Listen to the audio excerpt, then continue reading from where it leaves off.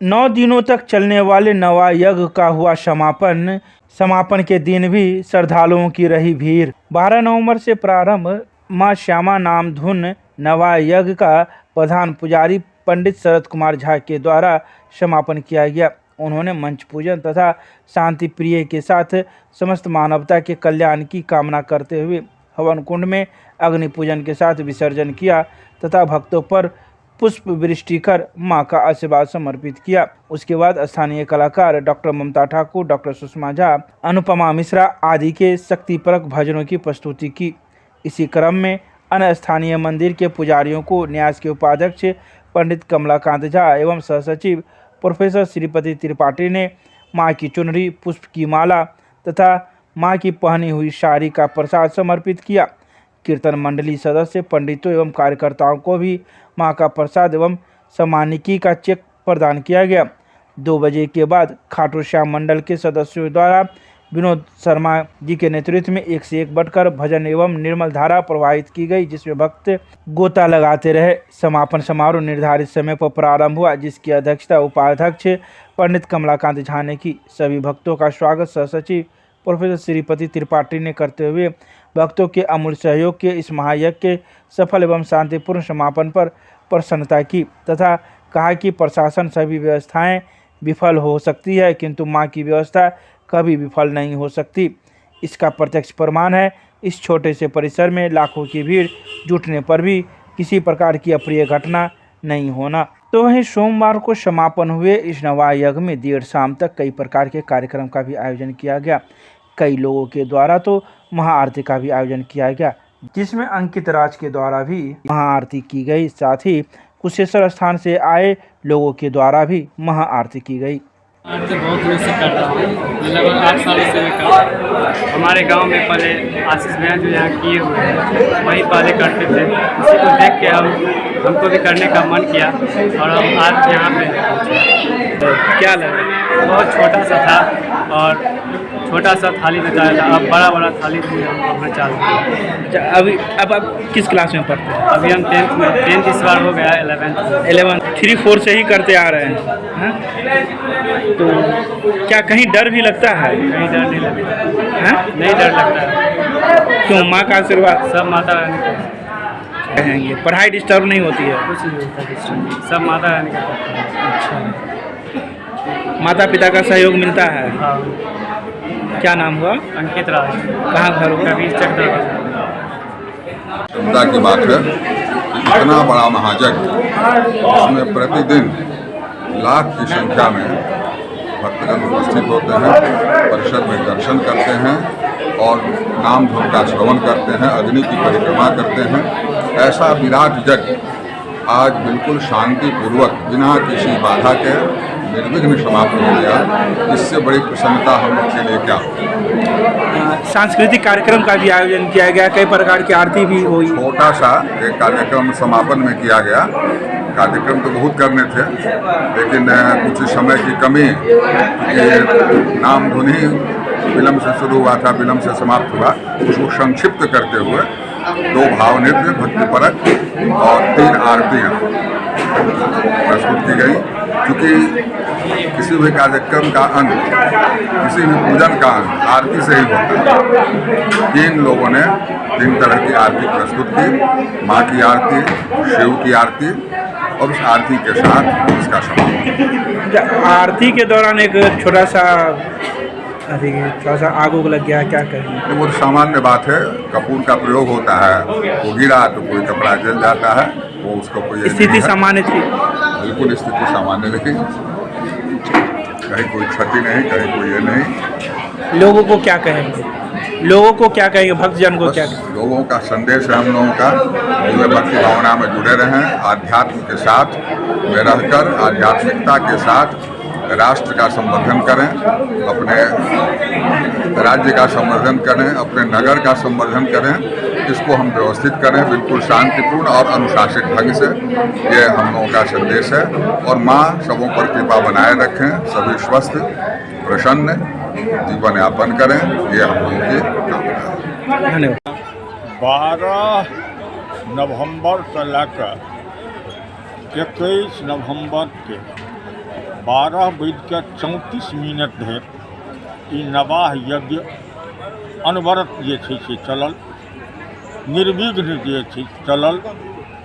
एबरा व्यवस्था किछु बेसी केलहुँ हमसब, जे सबटा गेट जे छै से खोलबेलहुँ, साइकिल स्टैंड जे छै से लगबेलहुँ, और कीर्तन मंडली जे भेलै 24 घंटाके जे कंटिन्यू 2 घंटाके 1 घंटाके जे पाठ बाइट, ओहिमे एबरा हमसब महिला आरक्षण लागू करलहुँ। विशेषता ई रहलै जे 2 बजे से लए कऽ 6 बजे साँझ धरि से महिला आरक्षण लागू रहलै। मंच पर में जे छै से गायिका में, कीर्तन मंडली में जे छै से इंटायर सब गोटे जे छै से महिला गायिका, और दर्शक दीर्घा में जे श्यामा भक्त रहैत सब महिला सब रहैत। ई क्रम जे छै से 2 बजे, और हुनका सुरक्षा में महिला गार्ड सब जे छै से राखल। ई एबेरका विशेषता छै। अच्छा, इससे कोई बात हुई हो? एक दू गोटे किछु श्यामा भक्त के माय बहिन के जे छै से किछु किनको भूलवश मोबाइल हरा गेलनि, या किछु हुनकर जे छै से पर्स हरा गेलनि, तऽ ओहिके लेल हमसब जे छै से सब ठाम CC कैमरा लगेने छलहुँ, और CC कैमरामे जहन खंगारल गेलै तऽ किछु जे छै से भेटबो केलै, किछु जे छै से नहीं भेट सकलै, या भेलै। इसके अलावा और कोई घटना? और कोनो प्रकार की घटना नहीं, बिल्कुल शांतिपूर्ण ढंग से जे छै से सब किछु संपन्न भेल। हम प्रोफेसर रमेश झा, माँ श्यामा मंदिर न्यास समिति के सदस्य छी।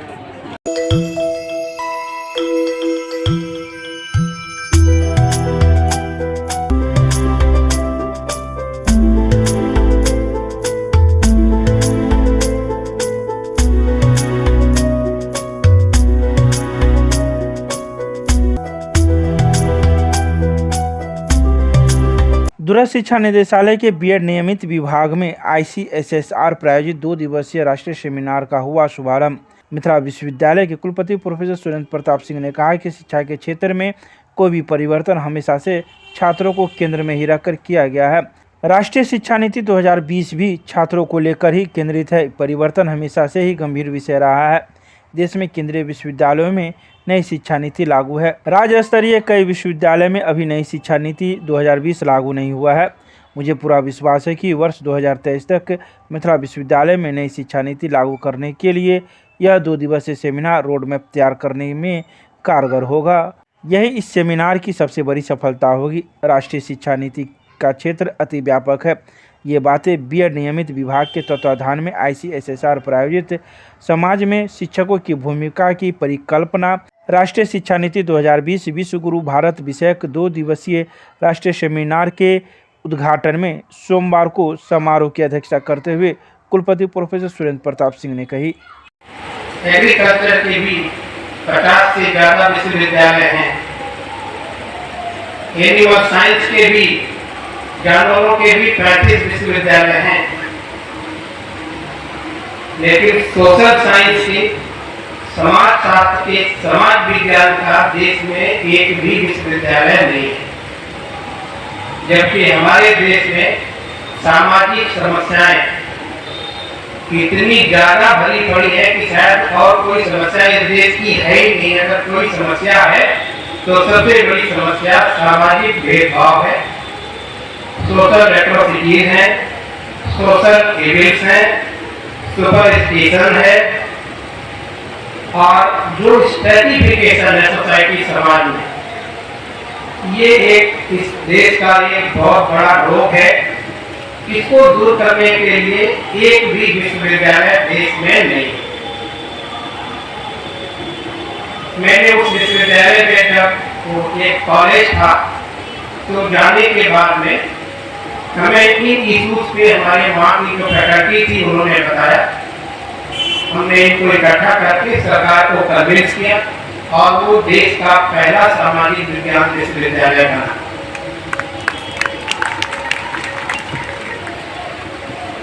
जैसे मैंने बताया, मैं कृषि वैज्ञानिक हूँ। कृषि के क्षेत्र में हमने देश में बड़ी प्रगति की है।